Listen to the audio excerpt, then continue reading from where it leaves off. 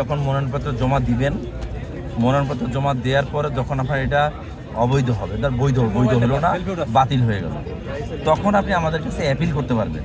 কিন্তু নির্বাচন কমিশন, আপনি তো রিটার্নিং কর্মকর্তার কাছে জমা দিতেই পারেন নাই, সুতরাং আমরা অ্যাপিল হিসাবে নিতে পারবো না, একে আপনাকে কোর্টে সাবমিট করতে হবে। আপনাকে যে এখানে কথা যে বললো ওখান থেকে কোনটা নির্বাচনটা বগুড়া থেকে বললো আপনাকে এখানে জমা দিতে বগুড়া থেকে কি বলছে? এখানে বলছে আপনাকে নির্বাচন কমিশনে অ্যাপিল কোন সময় করবেন? আপনি যখন মনোনয়নপত্রটা আপনি যখন সাবমিট করতে পারছেন রিটার্নিং কর্মকর্তার কাছে।